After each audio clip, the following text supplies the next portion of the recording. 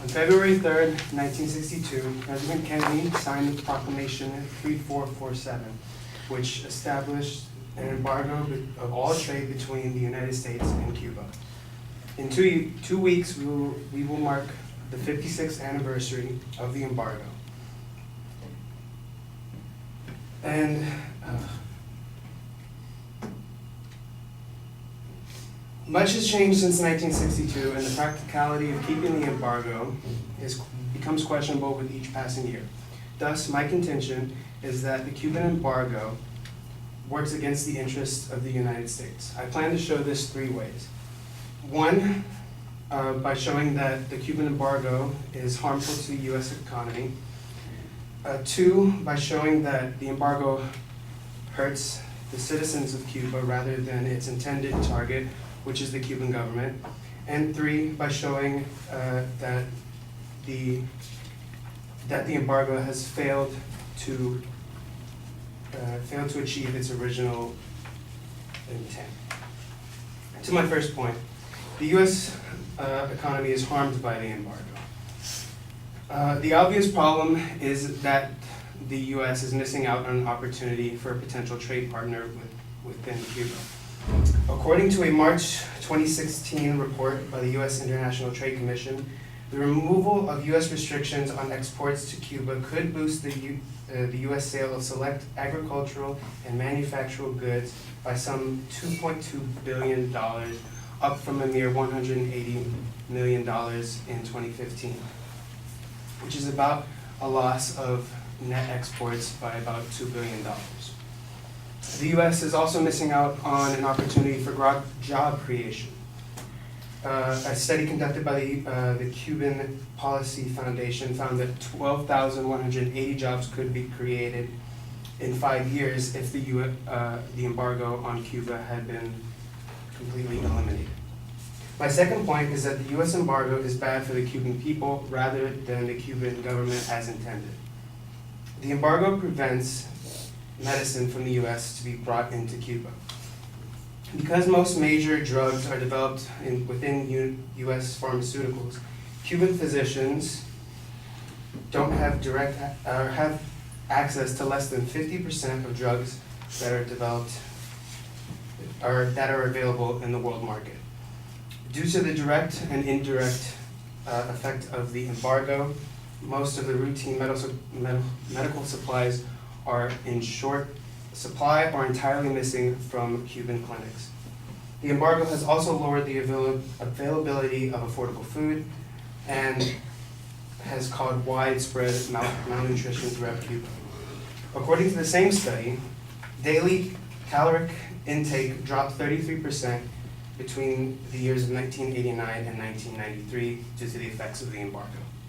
My final point is that the embargo has failed to achieve its original goals. First, it's important to establish what the goals of the embargo were. Luckily, President Kennedy spelled out the intentions for the embargo in his proclamation. The president stated that the purpose of the embargo was to, quote, promote national and hemispheric security by isolating the present government of Cuba and thereby reducing the threat posed by its alignment with communist powers. The embargo has been in place for nearly 56 years now, and the Cuban government has yet to establish a representative democracy. It's still under the communist totalitarian regime of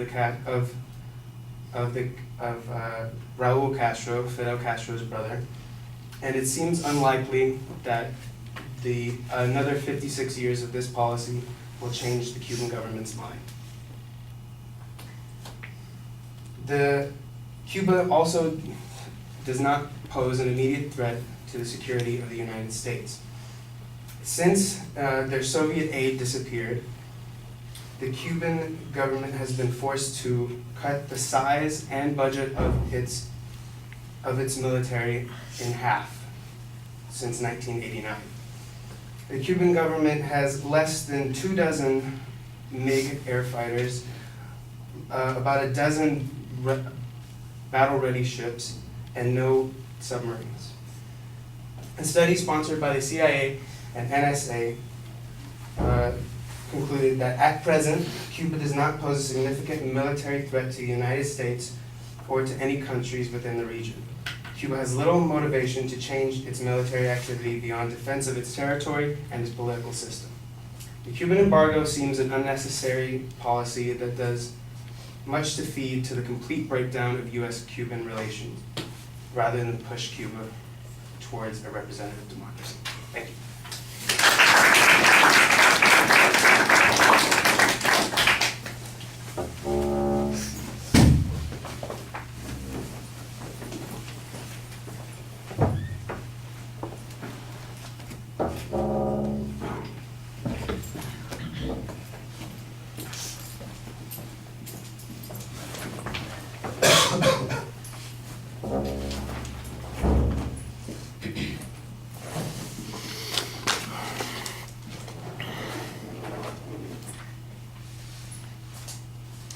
Well, I like the way you start off with the reference to the date and the anniversary coming up, because February 3rd, that's a good date. That's my birthday.